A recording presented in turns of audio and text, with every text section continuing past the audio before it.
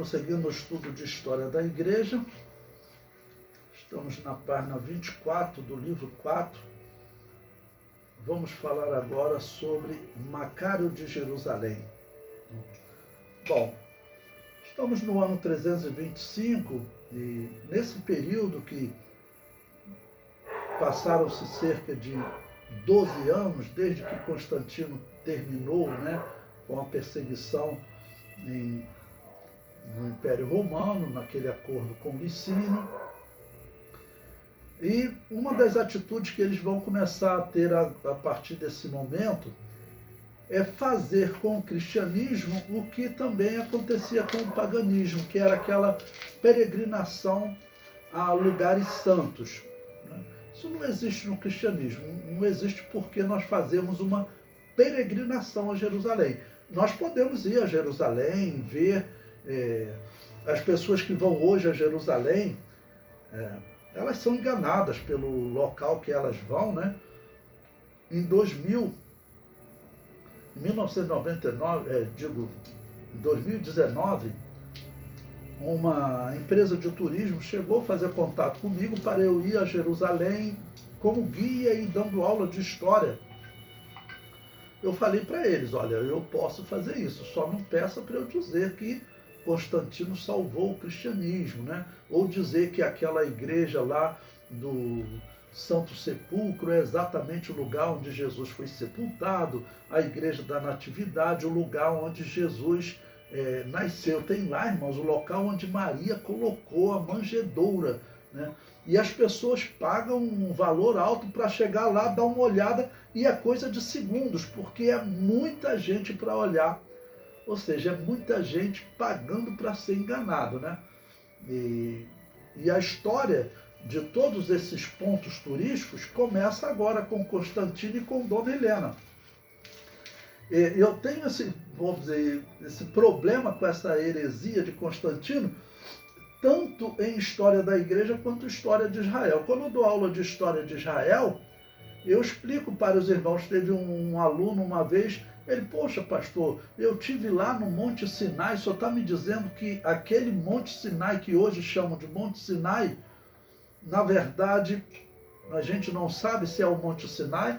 Eu falei, sim, a gente não sabe. Isso foi identificado por Dona Helena. A mulher não entendia nada de geografia bíblica, E muito provavelmente não é, porque a Bíblia diz que o Monte Sinai ficava em Midian, onde Moisés estava. Então, esse Monte Sinai atual, ele fica a 500 quilômetros de Midian. Você acha que Moisés iria levar o rebanho do seu sogro para pastar, fazer uma caminhada de 500 quilômetros no deserto? É claro que não, Então, a chance é praticamente zero de ser realmente o Monte Sinai que eles sobem hoje para orar, e acreditando que foi ali que Deus apareceu para Moisés. Então, lá na história de Israel, Constantino e sua mãe e seus bispos, perverteram aquela história. E aqui na história da igreja, o que vai acontecer agora é a mesma coisa. Eles vão criar diversas igrejas lá, construir diversas igrejas, colocando como lugares santos para as pessoas fazerem peregrinação. Então entenda, por que o cristão não faz peregrinação? Porque essa peregrinação que eles fazem é para um momento de purificação, de crescimento espiritual.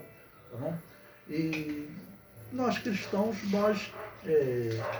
não temos essa referência em Jerusalém. Tá bom?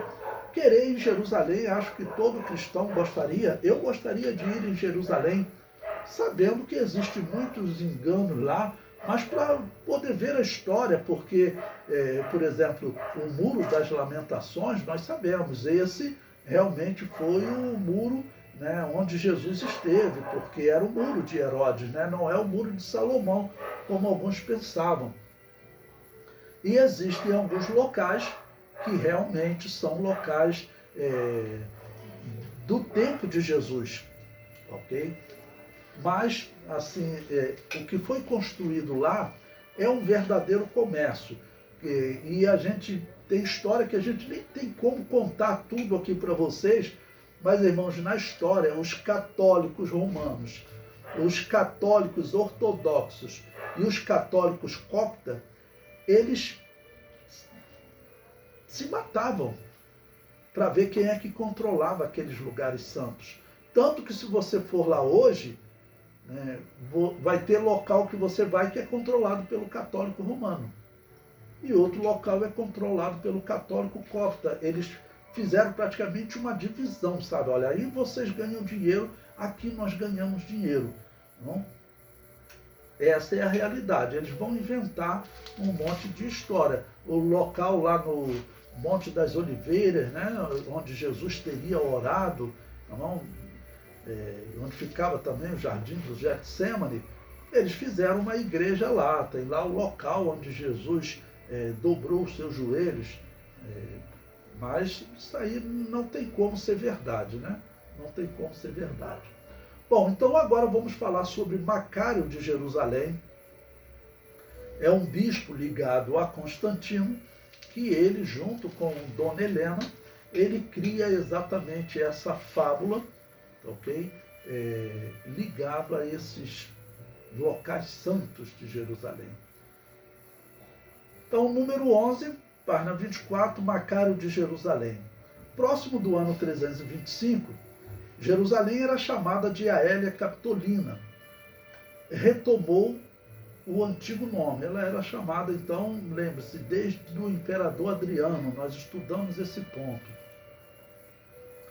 O bispo católico de Jerusalém chamava-se Macário. Este solicitou a Constantino que derrubasse o templo dedicado à deusa Vênus, que fora construído em Jerusalém pelo imperador Adriano. Macário afirmava que o templo ficava sobre a tumba de Jesus Cristo. Constantino concordou e ordenou a destruição do templo. Tá bom? Então, a partir desse momento, vai ser construída ali uma igreja, o nome da Igreja do Santo Sepulcro.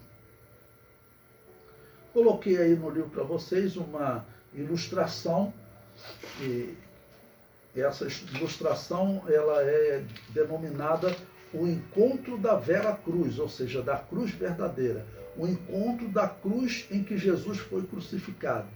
Vocês sabem que essa cruz, ela vai, segundo a história, né, ser retalhada, tirar pedaços dela e começar a ser vendida. Tá bom?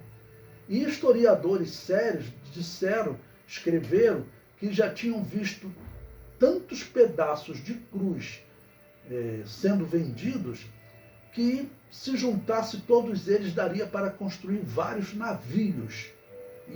Isso não é piada, isso é sério. Não? Por quê? A Igreja Católica, claro, era e é um meio de recolher dinheiro.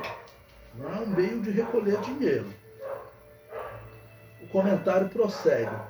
Macário foi o responsável por edificar em Jerusalém lugares que indicassem pontos sagrados ligados ao ministério, ressurreição e ascensão de Jesus. É tamanha a graça de nosso Salvador que nenhum poder de linguagem parece suficiente para descrever a maravilhosa circunstância a que vou me referir em seguida, pois que aquele monumento de sua mais sagrada paixão, há tanto tempo atrás enterrado, deve ter permanecido esquecido por tamanha quantidade de anos, até o seu reaparecimento para os seus servos, agora libertados pela remoção daquele que era o inimigo de todos. É um fato que realmente supera toda a admiração. E sobre as colunas e mármores, o que você julgar, após a inspeção de fato do plano, ser especialmente precioso e útil, seja diligente em nos enviar informações por escrito, para que qualquer quantidade ou tipo de materiais que estimemos a partir de sua carta serem necessários, vamos procurar em todos os cantos, conforme requerido, pois é próprio que o lugar mais maravilhoso do mundo deva ser decorado ricamente. Carta de Constantino a Macário, citada por Eusébio de Cesareia em sua obra Vida de Constantino. Então, na verdade, isso aqui é mais um processo de paganismo e de engano que acontece até nos dias atuais. E eu conheço cristãos que vão lá nesse local, né, e acreditam que estão entrando mesmo na igreja do Santo Sepulcro e nos outros locais, né, vai lá, paga um dinheirão para poder ver a estrela. Existe uma estrela, né, no local onde Maria colocou a manjedoura de Jesus. Infelizmente é um grande engano, né? É um grande engano.